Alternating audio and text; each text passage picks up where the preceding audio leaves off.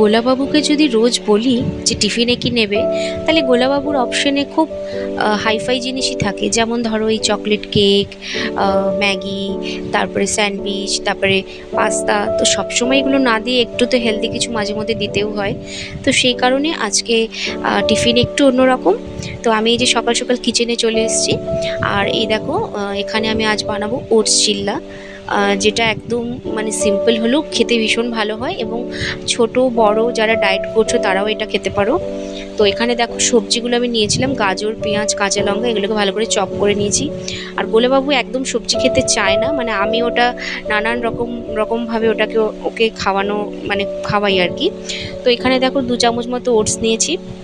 এই ওটসটা আমি নর্মাল নিয়েছি, ড্রাই রোস্ট করিনি, যেহেতু এটা আমি কুক করে খাবো। যদি তোমরা স্মুদি বা এভাবে খাও, তাহলে তোমাদের আগে একটু ড্রাই রোস্ট করে নিলে ভালো হয়।